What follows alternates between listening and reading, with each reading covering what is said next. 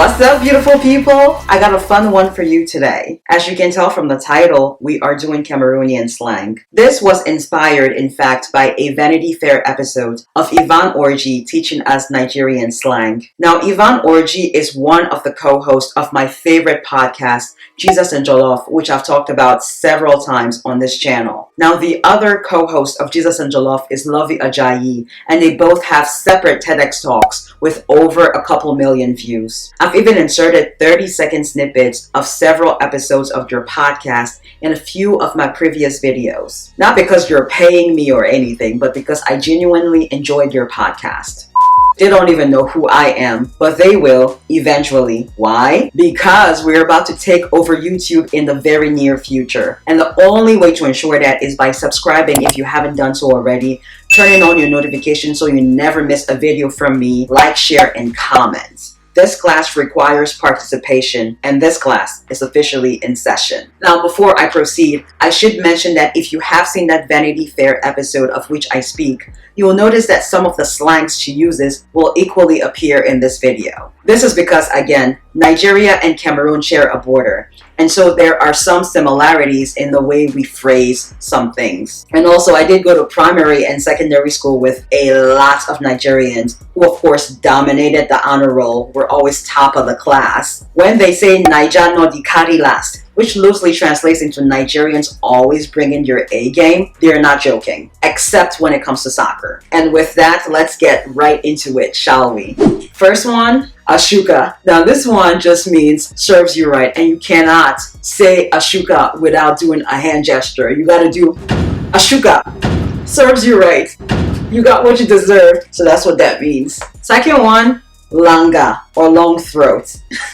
Now, this one is basically someone who is always begging for food. This is the kind of person who will make you want to hide before you eat because they will not let you eat in peace. This person's throat is like that of a giraffe. Very long and very everlasting. That person is never satisfied. Third one, yaw or yaw yet. Now this one is a Francophone slang, and when I say Francophone, I mean primarily French-speaking Cameroonians. I have mentioned in several other Cameroonian videos that Cameroon speaks English and French as their two official languages, and a variety of other ethnic languages. So our English speakers are referred to as Anglophones, and our French speakers are referred to as Francophone. And so this slang is a Francophone slang for someone who has swag.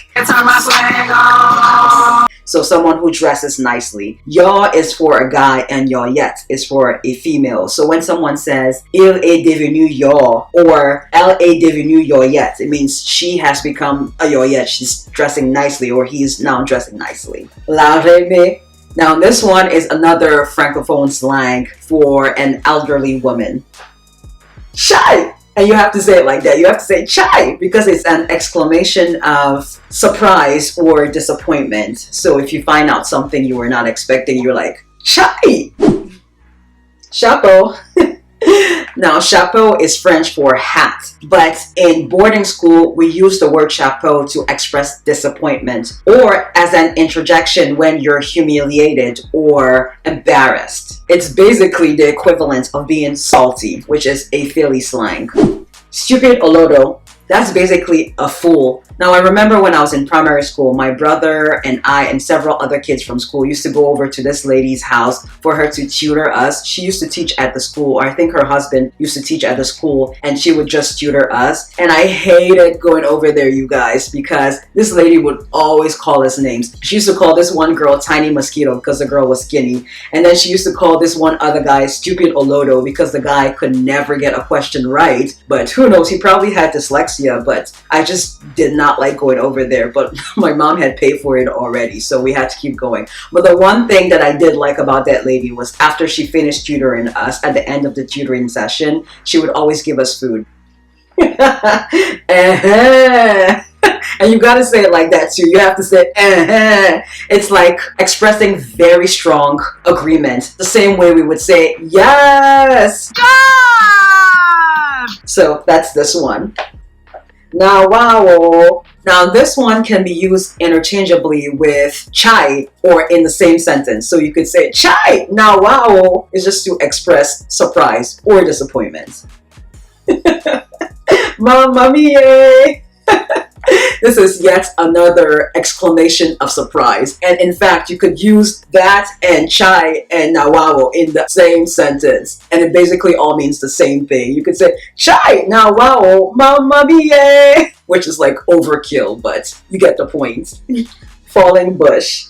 Now this one is specific to the boarding school I attended. This is in reference to someone who is going abroad, specifically to the US. And so when I ended up telling them that I was leaving for the US, they were saying that I was falling bush. Now I'm not entirely sure why they used the word bush, maybe because George Bush was president at the time, but I don't know. Wahala. Now this basically just means drama or trouble. So when you hear a guy saying, ah, wahala day, in reference to a woman, that means she's too much drama. I don't want to deal with her. Sabi sabi or ITK. So ITK basically means I too know. So someone who is an insufferable know-it-all. Gist. That's gossip. So if someone says I have gist, they have gossip or they have tea.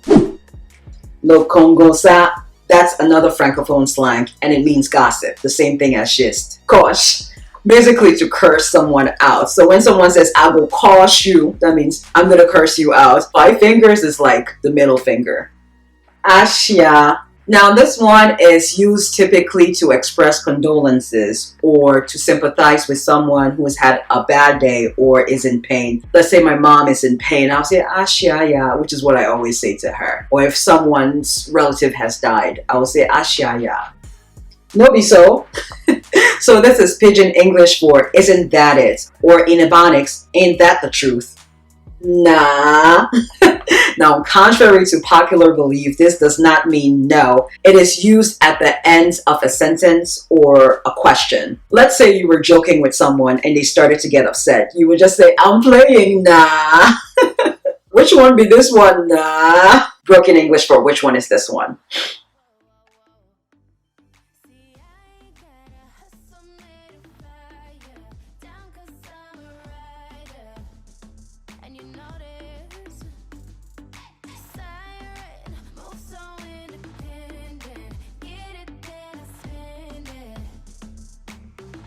And folks, that's all I have for you today. Subscribe, nah. Like it, nah. And I'll see you next week, nah. Bye now.